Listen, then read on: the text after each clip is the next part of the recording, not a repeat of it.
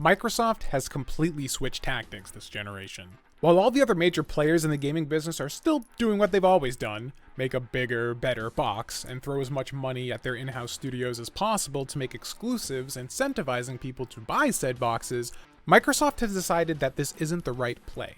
They still have a box, of course, in their case quite literally in both name and industrial design, but the perfectly named Xbox Series consoles are only a small sliver of their plans for this generation, rather than the sum total of it.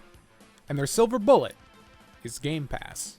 Providing a Netflix for games solution is not only an obviously good idea for Microsoft, and one that Google could have capitalized on yet totally botched, but arguably an imperative one.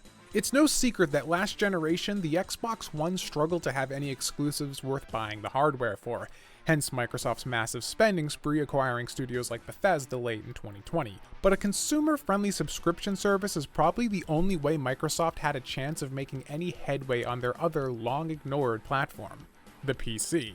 It seems like someone at Microsoft finally woke up and was like, hey, we own almost the entirety of the PC gaming market and spend a stupid amount of money on maintaining DirectX, but for some reason we let all the money from that market go to some guy named Gaben? The rise of Steam as the de facto hub for PC gaming has got to be one of the biggest L's in Microsoft's ledger, letting nearly all the revenue from PC gaming sales be swept out from right under their nose, while still being hosted on their own OS. This might not always be the case, though. Microsoft is obviously trying to sway people away with Game Pass, and Valve seems to want to distance themselves from Windows as well, having experimented with pushing its customers towards Linux multiple times, with both their Proton compatibility layer to allow Windows games to work on Linux with as little user config as possible, their ill-fated Steam Machine / SteamOS project from 2015, and recently in an even bigger way with the impending launch of the Steam Deck, choosing to run a spin of Linux on the handheld rather than partner with Microsoft on the software side.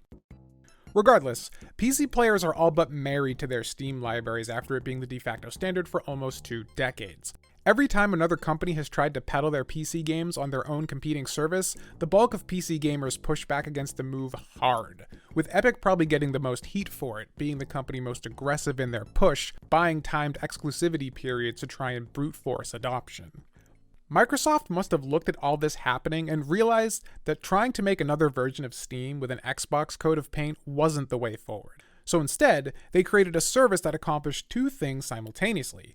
It could be seen as a complementary offering to Steam by the end user instead of a direct replacement, letting them access a library of games they may not have otherwise purchased at full price on Steam, while also giving Microsoft a constant flow of that sweet recurring revenue, a great way to make up for the fact that they haven't had much in terms of blockbuster system-selling titles for a while now. Microsoft wins, their users win. Of course, being the Netflix for games comes with its own set of challenges. Probably the most customer-facing concern is the issue of games rotating out of the library before you'd like them to. Obviously, with Game Pass, you're paying for access to games, not ownership of them. And your access to these games from third parties are the result of what I can only imagine are a dizzyingly obtuse license agreement. Licenses can of course expire, or be revoked, removing a game you could be in the middle of playing from Game Pass. This is something that has affected Netflix and Spotify as well, but it can potentially do the most damage in the world of gaming.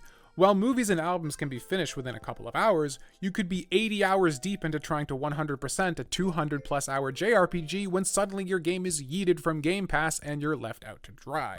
While this almost certainly won't ever happen to any titles from Xbox Game Studios, since Microsoft would be pretty stupid to pull its own titles from its headlining service, there have already been plenty of examples of third-party titles leaving the storefront. Fortunately, your game save is tied to your account, and you can purchase the game digitally for up to a 20% discount from its retail price if you're still a Game Pass subscriber, but having to buy a game you were interested in kind of defeats the purpose of Game Pass.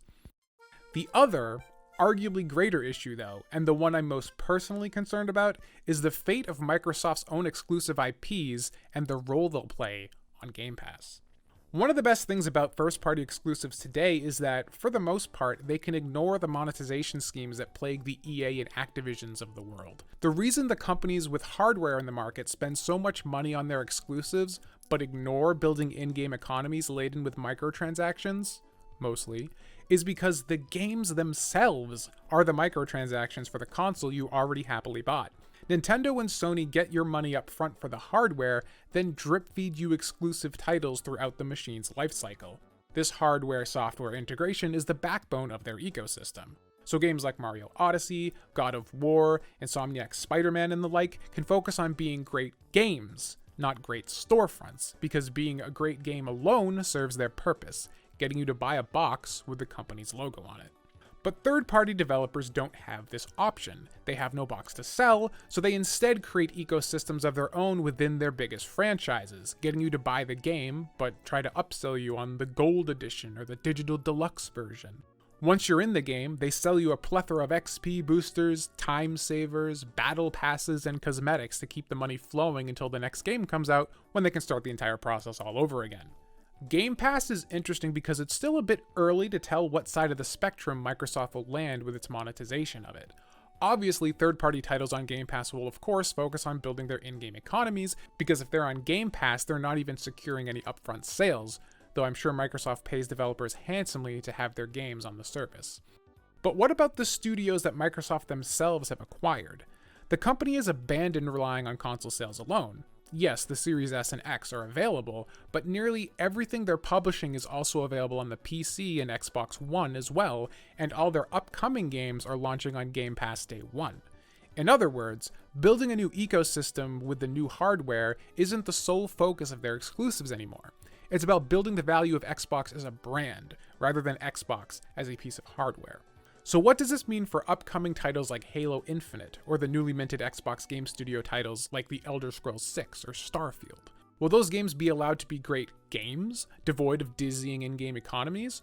Will the money from people still investing in the Xbox Series and the recurring revenue from Game Pass be enough to subsidize their development costs? Or will they be storefronts of their own to hedge Microsoft's bets against the long-term success of Game Pass and their multi-hardware plan? It isn't much of a stretch to assume it might be the latter. Microsoft's last-gen exclusives, released before Game Pass, were nevertheless laden with microtransactions. Gears 5 has tons of in-app purchases with its own premium currency, and was nearly drowning in sponsored content at launch.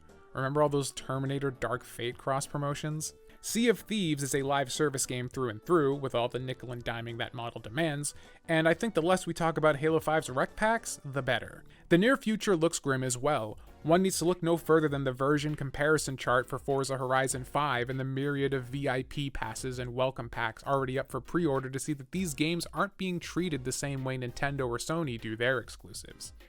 Game Pass has been heralded since its announcement as a win for customers, as one of the best deals in gaming. And that's true, no doubt. But only time will tell if this is a sustainable price for unlimited access to games that cost double to quadruple the monthly fee. Microsoft may be seeing Game Pass as a gateway into the Xbox ecosystem regardless of what their customers are playing on, and as a way to entice them with a great perceived value.